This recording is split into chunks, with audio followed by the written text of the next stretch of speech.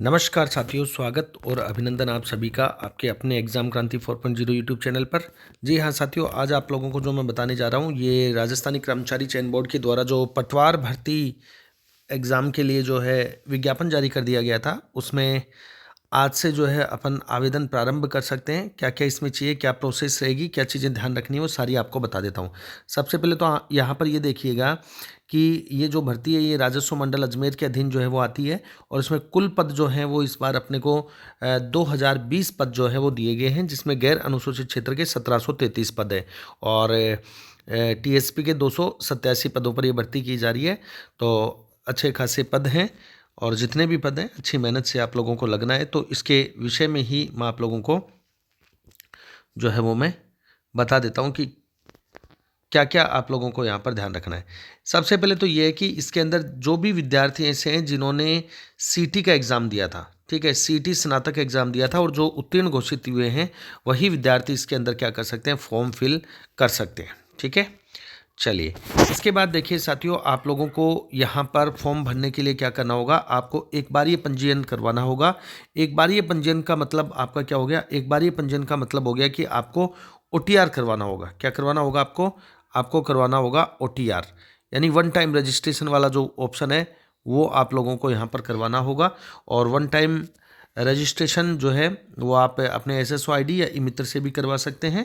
ठीक है, जिसमें जनरल और ओबीसी के लिए 600 रुपये एक बार ही लगेंगे और एससी एसटी के लिए 400 रुपये हैं और समस्त जो दिव्यांगजन हैं उन सब के लिए भी केवल और केवल कितने रुपए, 400 रुपये। ठीक है, अब मेन चीज़ों पे चलते हैं अपन, जो ध्यान रखने, क्योंकि ये सभी बातें आपको पता है। एक बार अपन पात्रता और शैक्षणिक योग्यता पर भी थोड़ा सा डिस्कस कर लेते हैं। तो इसके अंदर आप सभी को पता है कि ग्रेजुएशन चाहिए। क्या चाहिए, ग्रेजुएशन आप लोगों का होना चाहिए क्योंकि ये ग्रेजुएशन लेवल की है।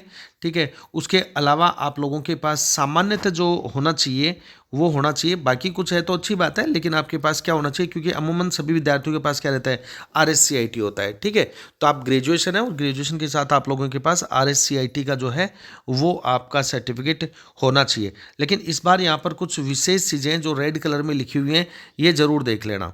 ठीक है, इस बार कुछ चेंजेस किए गए ताकि कोई डमी कैंडिडेट्स वगैरह जो है वो ना बैठ पाए। इन चीज़ों को लेकर काफ़ी अच्छे खासे जो है चेंजेस किए गए। कुल मिलाकर ये है कि अब भर्ती परीक्षाएं पूरी पारदर्शिता से होंगी और विशेष रूप से आलोक राज जी जब तक है तब तक तो पारदर्शिता से होंगी, इसलिए पढ़ने वालों को कोई भी दिक्कत नहीं आने वाली है। उनका पढ़ने वालों का जो है वो उनको पूरा लाभ मिलने वाला है। तो यहाँ पर क्या है, इस बार आप लोगों को ये जो रेड कलर में लिखा हुआ है इसको मैं डायरेक्टली आपको बता देता हूँ कि इस बार आपको आपकी शैक्षणिक योग्यताओं के जो सर्टिफिकेट्स है, मार्कशीट्स वगैरह हैं, वो आप लोगों को अपडेट करनी होंगी, यहाँ पर अपलोड करनी होंगी। साथ में अगर आपने लास्ट ईयर में जो है वो एडमिशन लिया है तो आपको अपनी फ़ीस की शुल्क वगैरह या इसके अलावा नोटरी सत्यापन जो है वो भी आप लोगों को अपडेट करने होंगे। ठीक ठीक है, तो ये विशेष ध्यान रखना, कोई भी फर्जीवाड़े की तरह से कोई भी मार्कशीट वार्कशीट लगाने की कोशिश मत करना, पकड़े जाओगे, दिक्कत हो जाएगी। ठीक है, यहाँ पर देखिए अपन आवेदन की बात करते हैं मुख्य रूप से कि आवेदन कब होगा, क्योंकि ये सारी चीज़ें तो आपको भी पता है, समझदार हो। तो आवेदन आज यानी कि 22 फरवरी, आज है 22 फरवरी, तो आज 22 फरवरी से 23 मार्च तक जो है वो आप लोग फॉर्म फिल कर सकते हैं। आज 22 फरवरी से 23 मार्च तक आप फॉर्म फिल कर सकते हैं, यानी आज से आपके फॉर्म बनना शुरू हो चुके हैं। तो आप लोग जो है वो समय रहते हुए अपना फॉर्म फिल कर दें। एक महीने का इसके अंदर जो है वो आप लोगों को समय मिला है, पूरे 30 दिन का। तो इस 30 दिन के अंदर अंदर आप अपना फॉर्म भर लें। परीक्षा का जो आयोजन है ये पहले से ही निर्धारित कर दिया था, आप लोगों को पता है कि 11 मई को आप लोगों का जो है वो एग्ज़ाम है। एग्ज़ाम का मोड जो है वो क्या रहेगा, तो एग्ज़ाम का मोड आप लोगों का ऑफलाइन रहेगा। एग्ज़ाम का मोड कैसा रहेगा, एग्ज़ाम का मोड आपका ऑफलाइन रहेगा। ये ऑफलाइन लगेगी, ओमार शीट पर जो है वो आप लोगों की एग्ज़ाम लगने वाली है। ठीक है, और एग्ज़ाम की डेट यहाँ 11/5 है। ज़्यादा समय नहीं है, बहुत सीमित सा समय आप लोगों के पास, लगभग 2.5 महीना है। अब 2.5 महीने में बहुत अच्छी तैयारी जो कर पाएगा वही विद्यार्थी आगे बढ़ेगा। ठीक है, और इसके अलावा जो आप लोगों को बताना है वो है इसकी परीक्षा का स्कीम, क्योंकि ये इंपॉर्टेंट है भाई। परीक्षा स्कीम वेरी वेरी इंपॉर्टेंट होती है, क्योंकि अपन जिस भी एग्ज़ाम में जाकर बैठेंगे तो वहाँ में ये तो पता होना चाहिए कि क्या आने वाला है एग्ज़ाम में। तो यहाँ से देखिए आपका जो एग्ज़ाम जो स्कीम है, यहाँ पर परीक्षा की जो स्कीम है, पहली बात तो ये कि इसका पेपर 3 घंटे का होगा और उसमें टोटल जो है वो 150 क्वेश्चन आपके आने वाले हैं और 300 मार्क्स, यानी एक प्रश्न 2 मार्क्स का रहने वाला है। जिसमें पहला जो खंड है इसके अंदर लगभग नंबर ऑफ क्वेश्चन जो है वो क्या है, 38% है। कितना है, 38 क्वेश्चन है, सॉरी परसेंट नहीं है, 38 क्वेश्चन है, जिसमें जनरल साइंस और इंडिया की हिस्ट्री, इंडिया की पॉलिटी, इंडिया की ज्योग्राफी और जनरल नॉलेज, इसके अलावा करंट अफेयर्स आएगा। ठीक है, और इसके अलावा अगर अपन देखें तो 30 क्वेश्चन जो आएंगे आप लोगों के वो राजस्थान से आएंगे, Rajasthan history, culture, geography, polity के आएंगे। 22 क्वेश्चन अगर अपन देखें साथियों तो हिंदी इंग्लिश के आएंगे।